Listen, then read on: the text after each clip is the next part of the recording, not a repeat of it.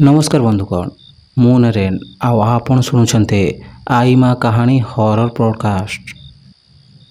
तेज आज कहानी आमर जड़े सब्सक्राइबर आम पाखक लेखि पठाई से ना कहवाई मना कर गोटे अलग ना मुझे कहानी आपन को शुणाइबी।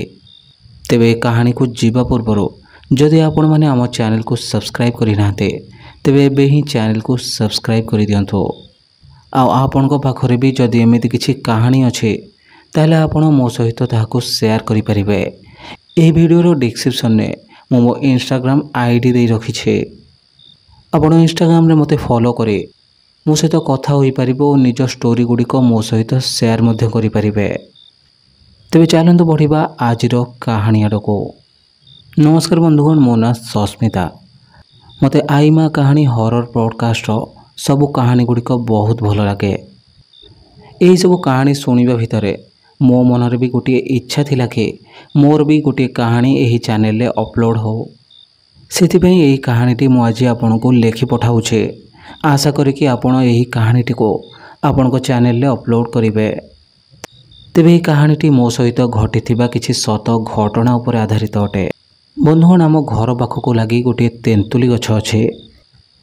आउ घटना सेबेकार जेबे मो पुओ मात्र 8 मासर होइथिला। गोटे रातिर कथा, सेतबळे खरा दिन होइथाए। आमे समस्ते खाई पी सोइबा पई बाहरी थाओ, किंतु दुर्भाग्य को सही समय रे लाइट चलीगला। मो हजबैंड मते कहले चल बाहर जाई सोइबा, कारण मो छोटो पुओटी गरम जोगु बहुत जोरे कांदुथिला। मु ताको मना कले कारण एते छोटो छुआटी को नै मु बाहर सोइबा पई चाहू नथिले। मु छोटो छुआटी को नै घर भितर सोइले, किंतु बहुत चेष्टा कला परे मध्य ता कांद बंद हेलानी। शेषरे मते बाध्य होई बाहर को आसी सोइबा को पड़िला। आम घरर आखपाख लोक मध्य बाहर आसी सोईथिले। किछि समय सेठी सोइबा परे आमको निद होईगला। सेतबेलको राति 2टा किंबा 3टा होइथिबो। हठात मो निद भांगीगला।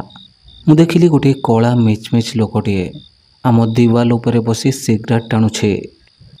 आपण विश्वास भी करेंगे कि तार संपूर्ण शरीर एकदम से कला थिला। से लोकटी एकदम कला आ भयंकर देखा जाउथिला। ताको देखि मु बहुत डरी गली आ उठी गली। ए सब हेबा परे मु देखिली जे मु स्वप्न देखुथिले आ मु निदरु एबे ही उठिछे। किंतु एमितिका भयंकर स्वप्न मु प्रथम थर देखुथिले। आ मु जेमिति हठात उठी जाइछे, मो छोटो छुआटी मध्य जोर जोर रे कांदीबाकु लागिला। तार किछि समय परे हठात लाइन आसीगला। लाइन आसवा परे आमे पुणी थरे निज रूम को आसीगलो। से दिन राति ठीक ठाक रे चलीगला। परदिन राति रे मु ए कथा मो हजबैंड को कहिले।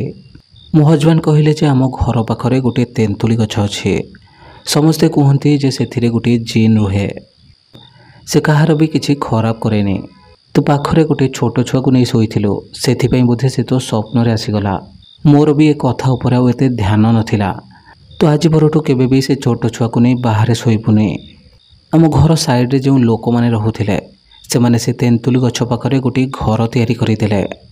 आउ ठीक से तेंतुली गछ आगरे गोटे लाट्रिन मध्य तैयारी करिदेले। किछि दिन परे जणे लोक से घरे भड़ारे रहिबा पई आसिला। गोटे राति रे से वाशरूम पई गला आउ हठात बहुत जोर रे चित्कार करी बाहर को चली आसिला। जेतबेले समस्त तांको पचारिले जे कोन हैला, से कहिला जे से घर भितरे मते केही जणे जोर जोर रे चापुड़ा मारिला। ता कथा सुनिया परे लोक माने जे जीन उपरे विश्वास करू नथिले एबे से माने ता उपरे विश्वास करिबाकु लागिले। आगरु से तेंतुली गछ विषय रे बहुत किछि कथा सुनिबाकु मिलुथिला, किंतु एबे सेमिति किछि घटना सेठी न घटुथिबारु लोक माने ता विषय रे भूली जाइथिले। से कथा को नै लोक माने बहुत भयभीत होई गले। तापरे से माने गोटे बाबा को डाकिले।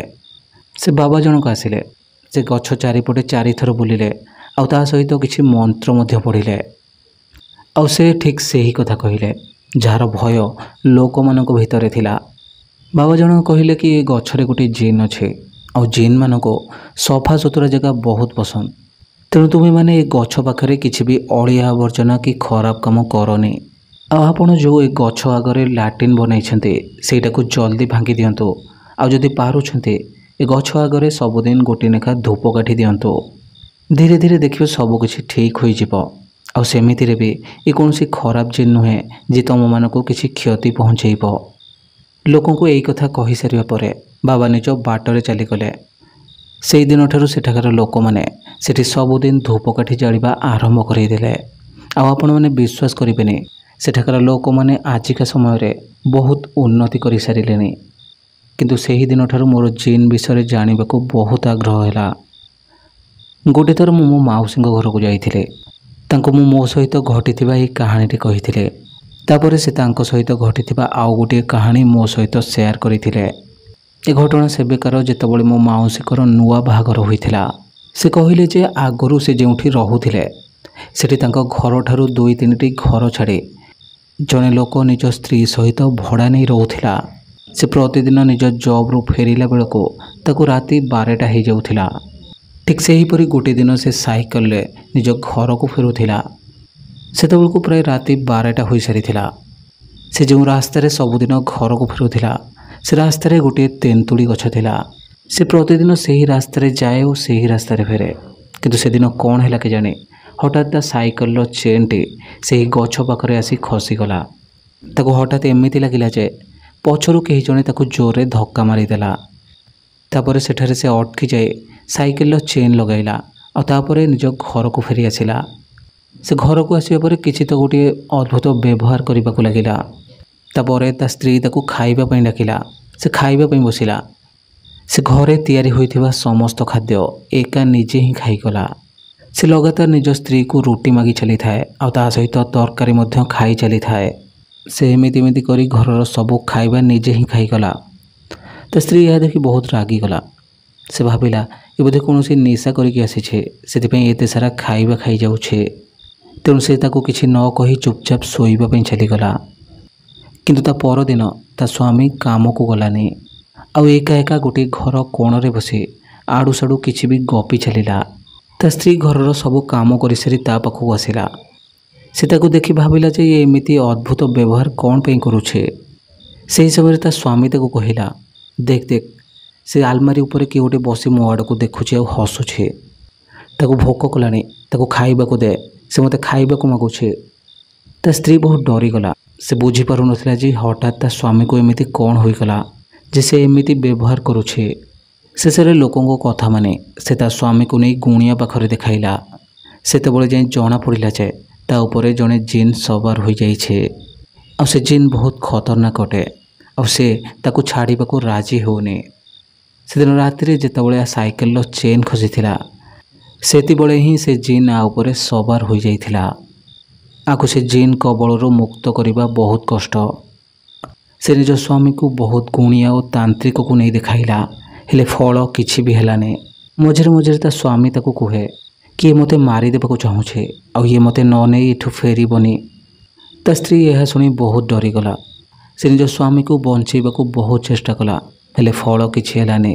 ଶେଷରେ ତା ସ୍ୱାମୀର ମୃତ୍ୟୁ ହୋଇଗଲା। ଏହାର କିଛି ଦିନ ପରେ ସେ ସ୍ତ୍ରୀ ଲୋକଟି ସେ ଘର ଛାଡ଼ି ଚାଲିଗଲା। ଆଉ ତାପରେ ଏ କାହାଣୀକୁ ଶୁଣିବା ପରେ ମୁଁ ମଧ୍ୟ ଜାଣିଗଲି ଯେ ଜିନ୍ 2 ପ୍ରକାର, ଜଣେ ଭଲ ଜିନ୍ ଆଉ ଜଣେ ଖରାପ ଜିନ୍। ତେବେ ମୋର ଏହି କାହାଣୀଟି ମୁଁ ଏଇଠି ଶେଷ କରୁଛି। ଯଦି ଆପଣଙ୍କୁ କାହାଣୀଟି ଭଲ ଲାଗିଛି ତେବେ ନିଜ ଅନ୍ୟ ସାଙ୍ଗମାନଙ୍କ ସହିତ ସେୟାର କରିଦେବେ ଆଉ ଭିଡ଼ିଓଟିକୁ ଲାଇକ୍ ମଧ୍ୟ ନିଶ୍ଚିତ କରିବେ। ଧନ୍ୟବାଦ।